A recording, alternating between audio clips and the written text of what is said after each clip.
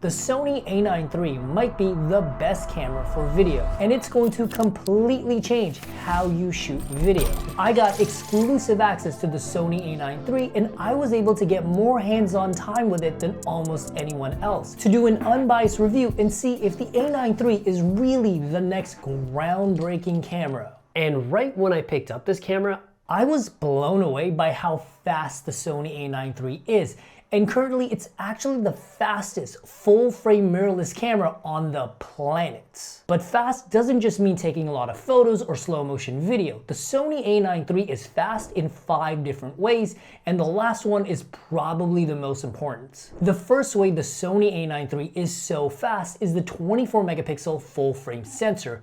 And it has something really unique about this sensor, which is a first of its kind in the mirrorless camera world. Most cameras have a rolling shutter which read the pixels from top to bottom, and this usually leads to a jello or wobble effect in videos when there's a lot of motion. But the Sony a9 III actually has a global shutter, which means it reads every pixel on the sensor at the same time, which gives you zero wobble or any kind of jello effect when there's fast-moving action. And sensors with global shutter is only something you see in high-end cinema cameras like the Arri Alexa or the Komodo X. Having a global shutter is going to add a certain level of polish and realism to all of your shots. And thanks to the speed of that 24-megapixel full-frame global shutter sensor, this is going to allow you to capture photos and videos in a way you've never seen before. The video in this camera absolutely blew me away because it added 2 features that Sony video shooters have been begging for.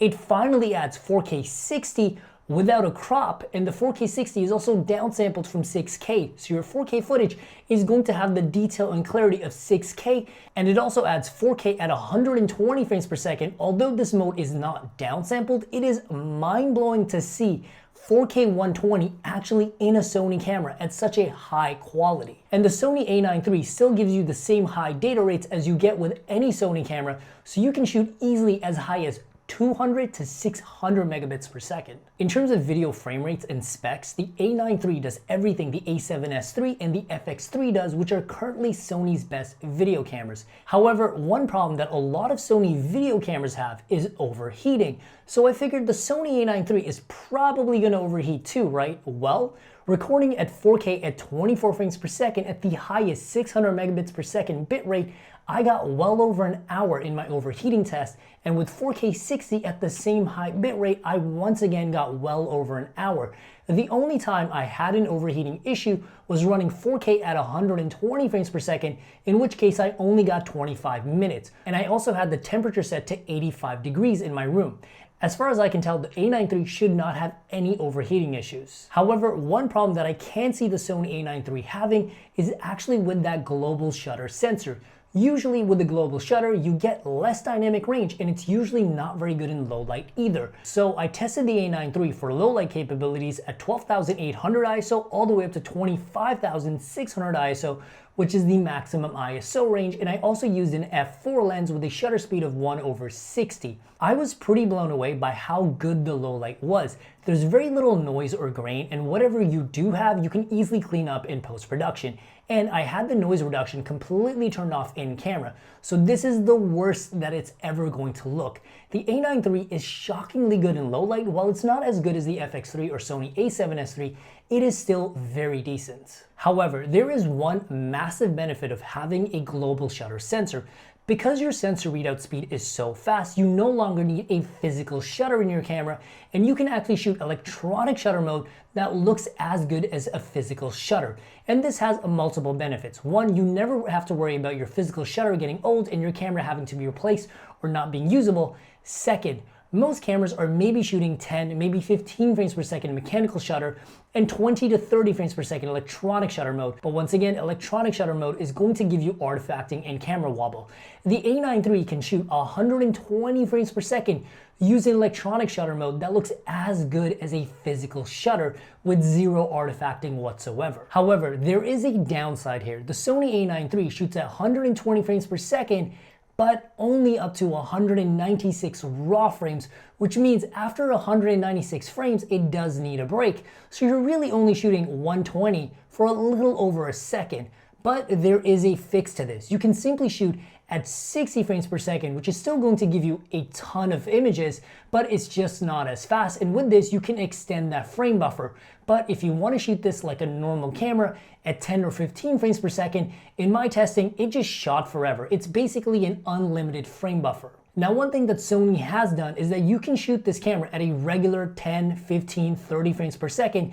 And if you do want that 120 for a quick second, you can actually hit the turbo boost button that is right next to the shutter button, where it will quickly snap into 120 frames per second mode for just a little bit and then go back into regular shooting. This way you don't end up with a million photos, because shooting at 120 frames per second is thousands of photos. And one thing that I know every photographer is going to love, whether you do fashion, sports, wildlife, or any kind of action, is that the A9 III can also shoot at a shutter speed of 1/80,000. Not 8,000, 1/80,000. That is the fastest shutter speed on any camera.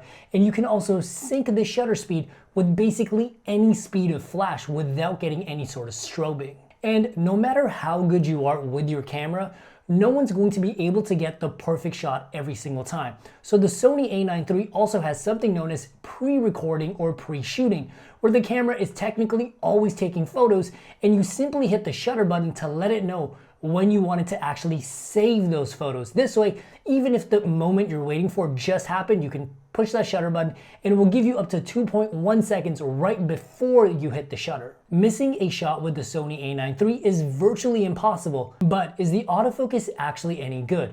And I'm so happy to say the autofocus is tack sharp. It has the same autofocusing system as the Sony a7C Mark II, the Sony a7C-R, and the Sony a7R5, which uses AI algorithms to actually predict where the camera thinks your subject's going, and it's already racking focus to that point.